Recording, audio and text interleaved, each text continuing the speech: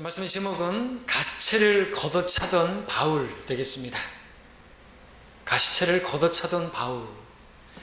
오후 시간에는 이제 오전에 봤던 사도 바울이 하나님의 사역자로서 그가 가시가 있었던 것을 보았는데, 오늘 또 이 말씀을 보면은 바울이 구원받기 전에 이미 가시가 있었던 것을, 주님께서 가시 체질을 하셨던 것을 보게 됩니다. 그러나 사실 그 스스로가 걷어차고 있었던 것이죠. 그것은 곧 그 자신이 맞는 가시체와 같은 그런 것이었습니다. 오늘 오후에는 바울이 가시를 다른 방면에서 또 살펴보고자 합니다. 어떤 방면이냐? 사도 바울이 구원받기까지 주님께서 그에게 허락하신 가시, 그 가시 체질에 관한 그런 내용을 보고자 합니다. 우리가 바울 구원을 생각할 때 흔히 쉽게 생각할 수 있는 것이 있습니다. 그것은 바울의 구원이 한순간 갑작스럽게 특별한 체험을 통해서 정말 특별하게 그렇게 구원받은 것이라고 그렇게 우리가 생각하기 쉽죠. 그렇게 보이는 것이 또한 사실입니다. 오늘 본문을 보게 되면 그렇게 생각하는 것이 정당해 보입니다. 그러나 우리가 좀 더 살펴보면 꼭 그렇지만은 않다라는 것이죠. 사도 바울이 특별한 체험을 통해서, 신비적인 체험을 통해서 그렇게 우리와 같이 이렇게 죄를 깨닫고 죄를 뉘우치고 자백하고 돌이키는, 그래서 죄를 벗어버리는 그와 같은 형태의 구원이 아니라 정말 신비적인 체험으로 한순간에 그렇게 확 바뀌어가지고, 나도 그러면은 그렇게 주님께서 보여주시면 나도 그렇게 회심하고 나도 저렇게 주를 헌신적으로 섬길 수 있겠다라는 생각을 할 수가 있는데, 사도 바울도 사실은 저와 여러분과 다름없는, 그렇게 크게 다르지 않은 그런 하나님의 다루심과 그런 인도하심과 그래서 우리가 구원을 받게 된 바울을 볼 수 있다는 것입니다. 그래서 우리가 오늘 시간에 바울이 구원을 받게 되어진 그 배경을 살펴보면서 우리가 크게 다른 것인가 한번 살펴보시고, 바울의 인도하심을 보면서 우리가 받은 구원에 대해서, 내가 구원받기까지 또 하나님께서 나를 다루시고 역사하셨던 그 과정들을, 그러한 주님의 손길들을 기억해보는 시간을 갖기 원합니다. 첫 번째, 바울의 구원받기 전 모습을 보기 원합니다. 구원받기 전의 모습, 성경은 이 점에 대해서 충분한 정보를 제공해주고 있습니다. 오늘 본문은 1절에 보면 이렇게 기록하고 있죠. 9장 1절을 보시면, 앞부분만 보시면 한편이라고 하면서 사울이 등장합니다. 사울은 바울이죠. 사울은 여전히 주의 제자들에 대하여 위협과 살기를 내뿜으며, 바울은 주님의 제자들에 대해서, 곧 교회를 박해하는 일에 있어서 위협과 살기를 품고 그렇게 있었습니다. 이 말씀에서 여전히라는 말씀을 잘 주목해 보시기 바랍니다. 여전히라는 것은 이전에부터라는 것이죠. 이전부터, 그러니까 예수를 만나기 전부터, 그리고 지금 전부터 위협과 살기를 품으면서 주님의 제자들에 대해서 아주 안 좋은 감정들을 가지고 있었다라는 것입니다. 한 예를 보게 되면요, 그 전으로 가면, 여러분 7장을 가서 보시면 바울이 초대교회 집사라 할 수 있는 바로 스테판을 죽이는 일을 정당한 일로 생각하고 있던 사람 가운데 하나죠. 7장 58절을 보시면, 그를 성읍 밖으로 끌어내어 돌로 치고 증인들은 겉옷을 벗어 사울이라고 하는 한 젊은이의 발 앞에 놓더라. 그래서 바울이 그의 죽음에 찬동하고 동의했다는 것을 8장 1절에서 볼 수 있습니다. 사울은 그를 죽이는 것에 찬동하더라 했습니다. 거기에 가담했던 것이죠. 8장 3절은 당시 사울의 모습, 바울의 모습을 이렇게 기록하고 있습니다. 그러나 사울은 교회를 파괴하고 집집마다 들어가서 남자들과 여자들을 끌어내어 감옥에 넘겨주더라. 파괴하고 라는 단어를 보게 되는데, 이것은 마치 멧돼지가 울타리를 부수고 포도원을 망치는 그런 모습과 같습니다. 시편 80편 13절에 숲에서 나온 멧돼지가 그것을 황폐케하고 들짐승들을 그것을 먹나이다 그랬습니다. 포도원을 망치는 것처럼 멧돼지가, 그럼 바울은 포도원을 망치는 게 아니라 주님의 포도원, 교회를 망치기 위해서 교회를 파괴하는데 마치 멧돼지가 날뛰는 것처럼 그렇게 파괴시키는데 혈안이 되었었다라는 것입니다. 후에 바울 자신도 간증하기를, 회심한 이후에 간증하기를, 우리 사도행전 26장 보시면요, 가서 보겠습니다. 26장 9절부터 11절까지 보시면 그렇게 시인했습니다. 구원받기 전에 바울의 모습입니다. 정말 이런 일에 목숨 걸고 했던 것이죠. 위협과 설기를 내뿜으면서 여전히 그랬었던 바울. 9절부터 했습니다. 26장 9절. 사실 나도 나사렛 사람 예수의 이름을 대적하여 많은 일을 하여야 되는 줄로 생각하고 예루살렘에서도 그렇게 했으며 선임 제사장들로부터 권한을 부여받아 많은 성도를 감옥에 가두었고 또 그들을 사형에 처할 때 나도 그들을 반대하여 찬송표를 주었나이다. 또한 종종 모든 회당에서 그들에게 형벌을 가하였으며 또 강제로 모독하는 말을 하게 했고 그들에 대한 분노가 심히 격양되어 심지어는 외국 성읍들에까지 그들을 박해하였나이다. 이 고백처럼 바울의 이전 구원받기 전의 삶은 주님을 대적하는 주님의 원수와 같은 그런 삶이었던 것이죠. 그래서 주님의 사람들에 대해서 모욕을 주고 그들의 재산을 몰수하고 궁핍하게 만들고 모욕하고 박해하고 공경에 처하게 만들고 그런 일을 했다라는 것이죠. 처형에 넘겨주는 그런 일을 했던 것이죠. 바울의 이와 같은 행포가 얼마나 심했던 것인가. 바울이 회심을 했음에도 불구하고 주위 사람들은, 주님의 제자들은 쉽게 그를 믿지 못했어요. 그의 구원을 믿지 못했다는 것이죠. 사도행전 9장으로 와서 보시면 9장 21절에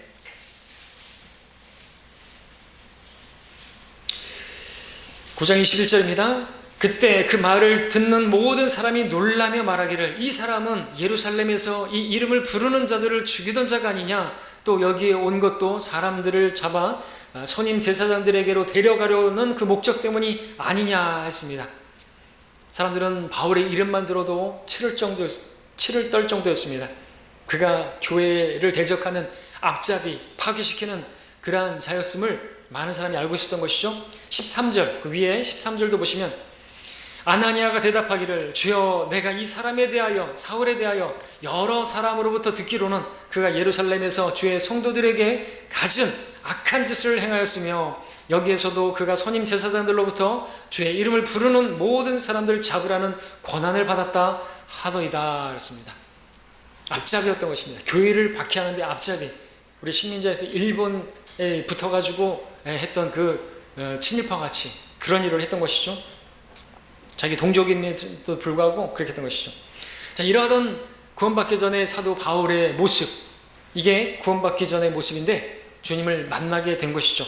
자, 그럼 어떻게 구원을 받았나 한번 볼까요? 두 번째는 바울이 구원받게 되던 순간을 보겠습니다. 자, 주님 만나게 된 장소는 다마스커스 도상이었습니다. 다마스커스로 가던 그 이유도 바로 주님의 교회를 박해하기 위해서 가던 길이었죠. 그런데 다마스커스에 가까이 이르렀을 때 갑자기 하늘로부터 빛이 나와서 그를 비추었던 것입니다. 26장 13절에서는 그 빛이 해보다도 더 밝은 빛이었다고 기록하고 있습니다. 그때 그는 땅에 쓰러졌고 한 음성을 듣게 됩니다. 오늘 본문입니다. 사울아 사울아 내가 왜 나를 박해하느냐.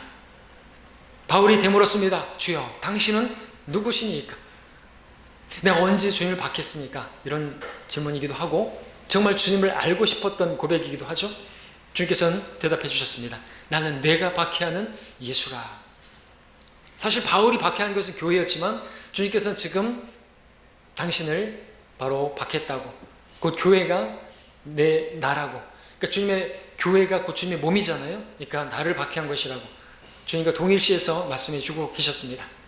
마치 남편과 아내가 결합해서 하나가 되듯이 주님의 교회가 주님과 하나라는 것을 사도 바울은 주님 만날 때부터 계시받게 된 것이죠. 자, 우리가 여기서 한 가지 알아야 될 것은 주님을 만나기 전에 이 바울과 같이 지난 교회사 2000년 동안에 하나님을 섬긴다고 자처하던 어떤 자들이 자신들의 교리와 전통 따르지 않는다는 이유로 성경대로 믿는 그리스도인들을, 교회를 박해하고 공경에 처하고 궁핍하게 만들고 고문하고 죽이는 그런 일들이 있었다라는 것이죠. 많은 수의 사람들이 그 잔혹한 박해 가운데서 죽어갔던 것입니다. 성경대로 믿는 사람들이. 근데 그들이 누구냐? 표면적으로는 자신들이 하나님을 섬긴다고 하는 자들이었다는 것이죠. 바울과 똑같은 모습이죠. 바울도 지금 하나님을 섬긴다고, 하나님의 일을 한다고 그렇게 철떡같이 믿고 있었다는 것입니다. 교회사 기간 동안에 또 그런 일이 벌어졌습니다. 근데 주님께서 그런 것을 예언했죠. 그들이 너희를 회당에서 추려할 것이라. 참으로 그때가 오면 너희를 죽이는 자는 누구든지 하나님을 섬기노라 생각하리라. 하나님을 섬긴다고 하는 사람들이 하나님의 사람들을 박해하는 것이죠. 그리고 이것은 되풀이되고 있습니다. 오늘날 우리를 박해하는 사람들, 그들도 어떤 사람들이 있습니까? 하나님을 섬긴다고 하는 사람들이죠. 하나님의 이름을 부른다고 하는 사람들이, 우리가 성경대로 믿는 사람이 되니까 이단에 빠졌다고 우리를 박해하고 우리를 아주 모욕하고 공경하고 곤경에 처하게 만들고 그런 이단으로 이렇게 내몰기도 하고 그런다는 것입니다.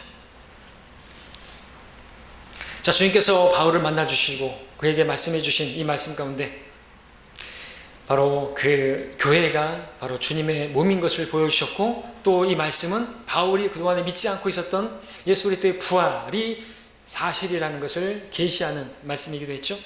바울은 지금까지 그리스도의 부활을 증거하는 제자들을 박해했던 것입니다. 믿지 않았기 때문에 그렇죠. 그가 예수 그리스도의 부활을 믿었다면 제자 가운데 한 사람이 되었을 것이 분명합니다. 그러나 바울은 믿지 않고 있었던 것이죠. 부정하고 있었던 것입니다. 죽은 자의 부활에 대해서 믿지 못할 일이 아닌데 애써 부인했던 것이죠. 그럴 때 주님께서 오셔서 분명히 자신이 박해하는 자가 바로 예수님이시고 예수님의 부활은 사실이라는 것을 알게 해주셨습니다.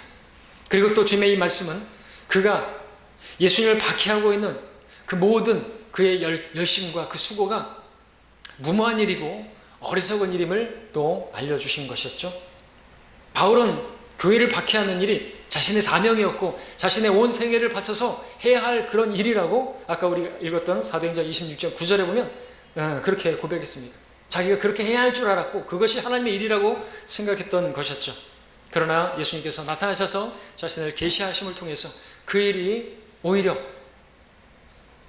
자기에게 고통이 되는 것임을, 그럴수록 자기가 가시체질을 당하는 것임을 깨닫게 해주셨습니다. 자기에게 오히려 그것이 가시인 것을, 그렇게 교회를 박해했기 때문에, 그리고 주님께서 그를 부르신 목적은 뭡니까? 주님의 이름을 위해서 얼마나 많은 고난과 또 박해를 받을 것인가, 그렇게 했기 때문에 그렇죠. 그러니까 주님 섬기면서도 많은 박해와 고난을 당했고 그러한 가시들이 있었다라는 것입니다. 심은 대로 거두는 것이니까. 자, 그래서 주님께서 나타나셔서 말씀하신 이 말씀을 통해서 사도 바울은 알게 되었습니다.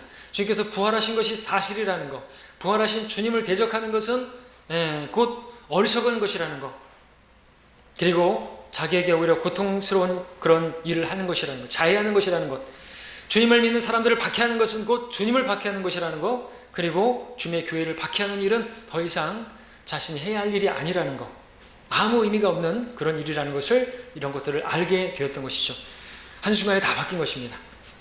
자, 그렇다면 이제 세 번째로 볼 것은 바울이 그렇다면 한순간에 갑작스럽게 구원을 받은 것인가, 이거죠. 자, 여기서 우리가 오늘 좀 중심적으로 생각해 볼 것이 이것입니다. 그래서 많은 사람들이 바울의 구원을 말할 때 다른 사람들과 다른, 너무나 다른 신비적으로 체험적으로 그렇게 구원받았다라는 것이죠.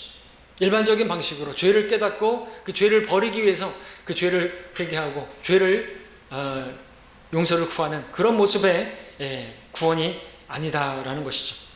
신비적인 체험으로 그것이 바울로 하여금 예수님을 꼬꾸라지게 만들었고, 그래서 우리도 그런 생각을 할 때가 있죠. 주님께서 나도 그렇게 해주신다면 나도 그렇게 주를 위해서 헌신하고 바울처럼 섬길 수 있다. 그런 신비적인 체험으로 구원받을, 아주 강하게 역사하셔서 꼬꾸라뜨려가지고 엎드려지게 만드시면, 그러면 나도 주님 바울처럼 그렇게 주님 섬길 수 있지 않을까라는 생각을 하게 된다는 것이죠. 그렇게 갑작스럽게, 믿음이라고 하는 것도 갑작스럽게, 믿음은 들으면 하나님의 말씀에 의해서인 건데, 믿음이라는 것이 갑작스럽게 어느 순간에 막 번개가 내리치는 것처럼 탁 해가지고 하나님께서 나를 붙잡으셔서 헌신하게 만드는 그런 어떤 신비주의적인 체험을 원할 때가 있다라는 것이죠. 그러나 우리가 이 부분을 좀 살펴보자는 거죠. 성경이 이 부분에 대해서 어떻게 말씀하시는지를 한번 생각해 보자는 것이죠. 자, 중요한 부분이 있습니다. 한글 개역성경에는 빠진 부분입니다. 오늘 우리 본문입니다. 사도행전 9장 5절을 보시면 그 뒷부분을 보겠습니다. 하반절, 9장 5절의 하반절, 주께서 말씀하시기를 나는 내가 박해하는 예수라. 가시체를 걷어차는 것이 내게 고통이라고 하시더라. 가시체를 걷어차는 것이 내게 고통이라. 오늘 말씀의 제목, 가시체를 걷어차던 바울이죠. 바울의 이것이 개역성경에는 없습니다. 근데 이것이 사실인 것은 사도행전 26장 14절을 보시면 이렇게 기록하고 있습니다. 우리가 모두 땅에 엎드려 있을 때 한 음성이 내게 말씀하시는 것을 들었는데 히브리어로 말씀하시기를 사울아 사울아 어찌하여 내가 나를 박해하느냐. 가시체를 걷어차는 것이 내게 고통이라고 하시기에. 자, 그렇기 때문에 사도행전 9장에서 개역성경이 필요 없지만 이렇게 말씀하신 말씀은 사실이고, 그리고 중요한 것은 바울이 가시체를 걷어차고 있었다라는 것입니다. 무슨 뜻입니까? 가시체가 무엇입니까? 가시체는 말 그대로 가시들이 돋쳐 있는 채를 말합니다. 짐승을 길들일 때 사용하는 가시체를 말합니다. 난폭한 짐승들이 처음에는 주인의 말을 듣지 않으려고 막 들고 뜁니다. 그러나 그럴수록 가시체가 내려치는 그런 일이 가해지고 짐승은 그 가시체를 맞는 고통을 당해야만 하는 것이죠. 아무리 가시체를 걷어차려고 해도 그것은 오히려 그 짐승에게 고통스러운 일일 뿐인 것입니다. 가시체를 걷어치우려고 하는 것은 무모한 일이라는 것이죠.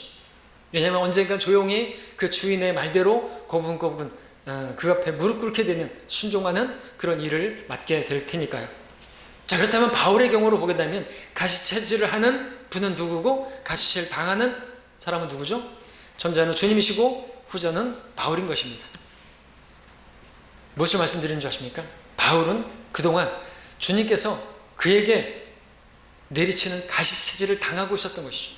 계속해서 찔렀던 것이에요. 주님께서 돌이켜야 한다고, 그 죄에서 돌이켜야 한다고 찌르고 계셨다는 것이죠.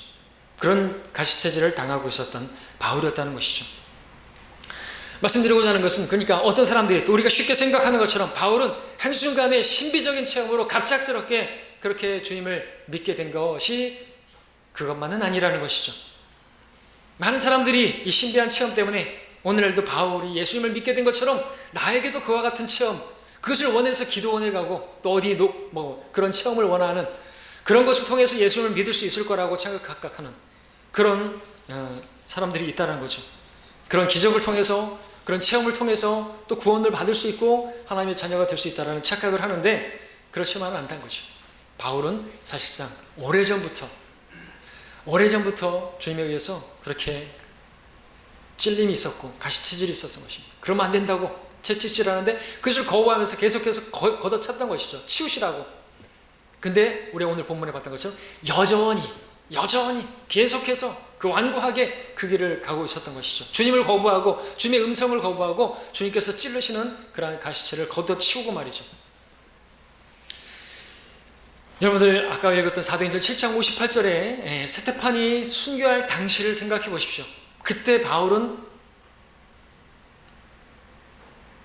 젊은이였어요. 그렇습니까? 예. 사울이라고 하는 젊은이 앞에 옷을 놨잖아요. 그렇다면 한번 생각해 보십시오. 사도행전 7장에서 바울은 젊은 사람이었습니다. 그렇다면 동시대에 사셨던 젊은 예수님, 30대 초반에 그 주님에 대해서 몰랐을까요? 더욱더 사도 바울은 누군가? 빌립보 3장 5절에 따르면 바리새인이에요. 그렇다면 당대에 예수님께서 바리새인들의 그 위선을 호되게 책망하신 그 예수님에 대해서 몰랐을까요? 뿐만 아니라 사도 바울이 자기 스승이라고 그렇게 부르던 사람이 누구였죠? 가말리엘. 사도행전 22장에 보니까 간증하기를 가말리엘 하에서 자기가 가르침 받았다고.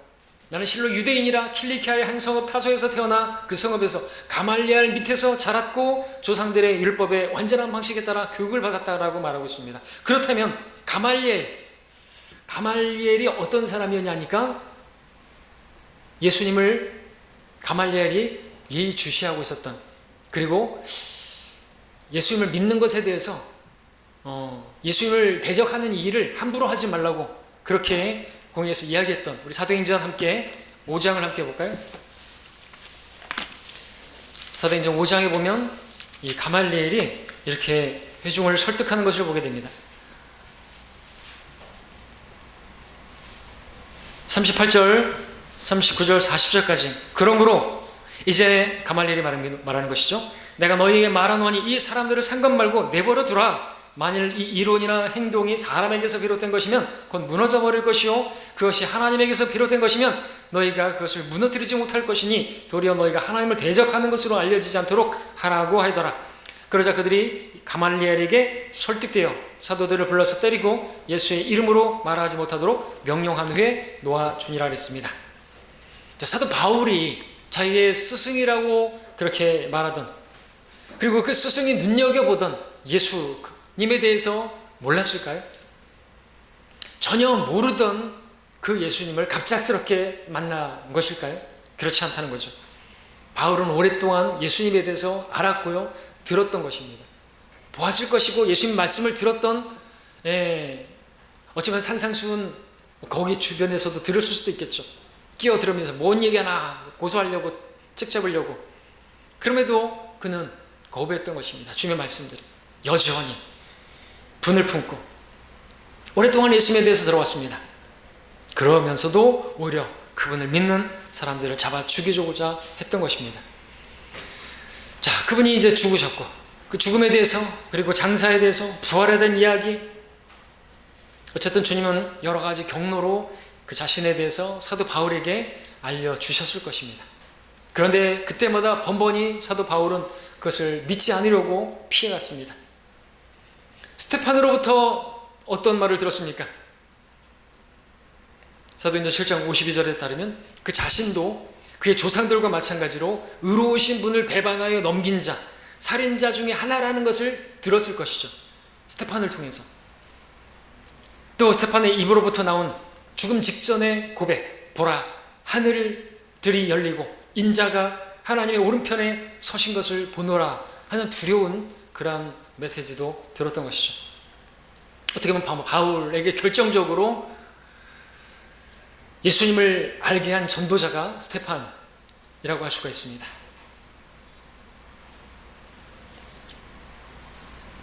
자, 이렇게 사도 바울 갑작스러운 게 아니었다는 거죠. 많은 여러 경로를 통해서 또 주님께서 더 전도자 스테판을 통해서 주님을 알 수 있도록 계속해서 찌르고 하셨던 것이죠. 마음의 찔림도 받았겠죠. 그러나 이것을 걷어치웠던 것입니다.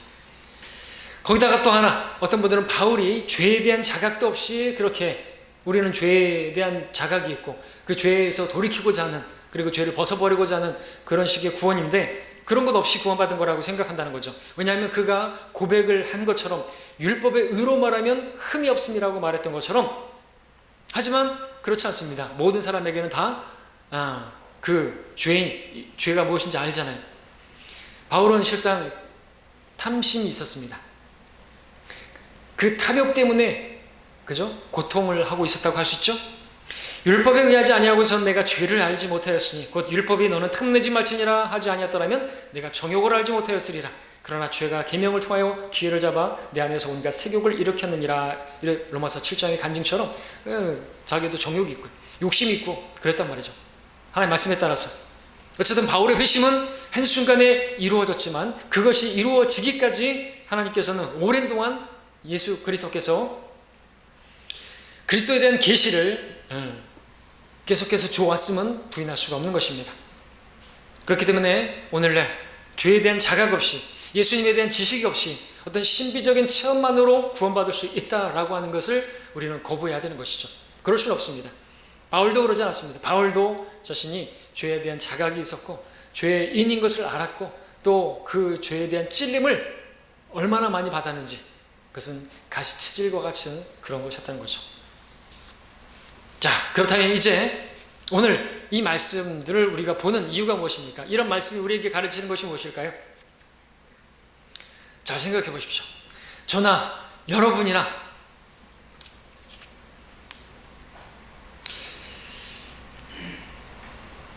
마찬가지로 우리도 어느 한순간 갑작스럽게 또는 우연한 기회가 와서 주님을 만나서 영접한 것이 아니라는 사실입니다.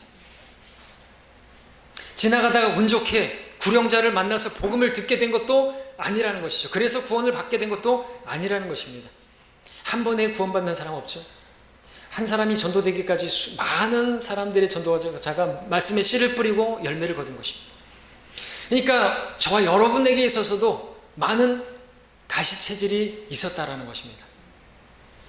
오랫동안 주님께서 여러분들이 구원받기까지 준비시켜 주셨고 보여주셨고 깨닫게 해주셨고 찔러주셨고 인도하셨던 일들이 있었다라는 것이죠. 그럼에도 저와 여러분들이 주님을 알지 못한 채 세상에서 미쳐 날뛰던 멧돼지 같던 저와 여러분들이 주님 앞에 엎드려 주님으로 고백하기까지 많은 가시체질로 우리를 인도하고 계셨던 것이죠. 세상에서 우리가 그렇게 고통하고 또 애쓰고 힘들어하는 모습도 다 지켜보고 계셨다는 것이죠. 그리고 우리가 가지고 있던 우리의 어떤 인생을 가지고 그것을 위해서 열심히 달려가고 그것이 마치 옳은 것이처럼 저 넓은 길로 달려가고 있었을 때도 주님께서는 다 보고 계셨던 것입니다.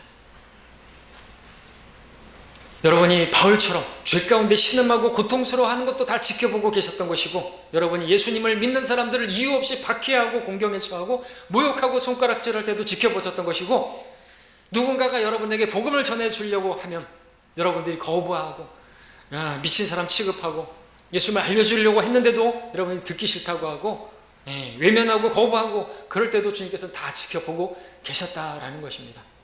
이것이 바울이었어요. 실로 돌아보게 되면 저의 경우에도 많은 날들 동안 제가 구원받기까지 세상에서 주님께서는 많은 여러 경로로 저에게 찔림을 주셨고 주님 만날 수 있는, 예수를 영접할 수 있는 기회들을 주셨던 것이 사실임을 부인할 수가 없습니다. 근데 저는 그 가시체들을 걷어찼던 것이죠. 또 한편으로는 아쉬운 일들도 있습니다. 제가 군대에 있었을 때 매주 일요일이면 종교행사 간다고 교회 다니던 그 후임병, 그 녀석이 혹은 교회 다닌다고 하던 날라리 같은 제 동기놈, 혹은 정말 신실하게 후임병들에게 늘 정말 미소를 띄우고 기타를 치면서 내무반에서 흥겹게 해주고 그랬던, 그리고 식사할 때면 늘 진지하게 식사 기도를 하던 그 고참, 이름도 이제는 까먹었네요. 정말 좋은 사람이었는데, 정말 신실해 보였는데, 그가 함께 밤에 나가서 그 시간 동안 2시간 동안 근무 쓰면서 나에게 복음을 전해줬더라면, 그랬었더라면 내가 좀 더 일찍 구원받았고 좀 더 세상에서의 방탕을 빨리 끝낼 수 있었을 것이고, 그렇다면 나도 그때 주님 앞에 엎드리고 주여 내가 이제 무엇을 하기 원하시나이까 하며 좀 더 빨리 헌신할 수 있었을 텐데 하는 아쉬움도 있습니다. 하여튼 이런저런 많은 기회들이 있었다는 것이죠. 자, 이런 일들을 생각하게 되면 오늘 우리가 복음을 전하다가 받아들이지 않는 저 사람들을 볼 때 우리는 그들에 대해서 화를 내거나 낙심하거나 이상하게 여길 필요가 없다는 것을 알게 됩니다. 왜냐하면 나도 그랬으니까. 지금 저 사람이 예전의 나처럼 여전히 가시체를 걷어차고 있는 중이니까. 그러나 그 일이 자기에게 고통이 될 텐데, 그러다가 언제는 나처럼, 이전의 나처럼 무릎 꿇게 되겠지 하는 생각을 가진다면 우리는 낙심할 게 아니죠. 여러분들이 구원받기까지 얼마나 많이 그 가시체를 걷어찼냐고죠. 그들도 걷어차고 있는 것이 당연하지 않습니까? 이런 일을 생각하다 보면 구원받은 내가 이제 어떻게 살아야 하는가도 생각해 볼 수가 있습니다. 어떻게 살아야 되겠죠? 개역성이 삭제한 구절이죠. 두 번째, 바울의 질문, 주여 내가 어떻게 하기를 원하시나이까? 이 고백, 마귀가 원하지 않기 때문에 구원받은 저와 여러분들이 절대로 하지 못하게 하려고 삭제했겠죠. 우리는 해야 됩니다. 주여 누구시니까 알게 됐으면 이제 말해야 되죠. 주여, 우리가 주라고 부른다면 내가 어떻게 하기를 원하시나이까? 나를 지금까지 오래 참아주시고 나에게 그렇게 자비를 베풀어 주셨는데 이제 내가 어떻게 해야 될까요? 예, 우리도 다른 사람들에 대해서 오래 참아주고 자비를 베푸는 가운데서 그들에게 예수님을 증거해야 되는 것입니다. 그들이 나를 박해한다 할지라도, 그들이 나를 모욕한다 할지라도, 그것이 나에게 가시가 된다 할지라도 그것이 그들에게 가시체를 걷어차는 일이니까 그런 것들을 우리는 고려하지 말고 계속해서 나에 대해서 오래 참아주신 것처럼 우리도 그들에게 오래 참아주면서 그들에게 예수 그리스도를 증거하는 그 일을 해야 되지 않겠습니까? 바울이 만난 예수님, 바울을 위해서 죽으시고 다시 살아나신 분입니다. 사도 바울은 말합니다. 그분께서 바로 이제 우리를 위해서 죽으시고 다시 살아났으니 이제 우리가 그를 위해서 사는 것은 당연하고 마땅하다고 말이죠. 그렇다면 우리도 말해야 됩니다. 주여, 내가 무엇을 하기 원하시나이까? 자, 여러분들도 이와 같은 것을 알게 되셨습니까? 내가 이제 무엇을 해야 될지 알게 해주셨지 않습니까? 바울은 만나자마자 그렇게 고백했습니다. 내가 무엇을 하기 원하시나이까? 여러분, 이 시간에 진지하게 여러분을 인도하시고 여러분을 구원하신, 그리고 여러분을 또 인도하기를 원하시는 그 주님 앞에 고백해 보시길 바랍니다. 그러면 알려주실 것입니다. 주여, 내가 무엇을 하기 원하나이까? 기도하겠습니다.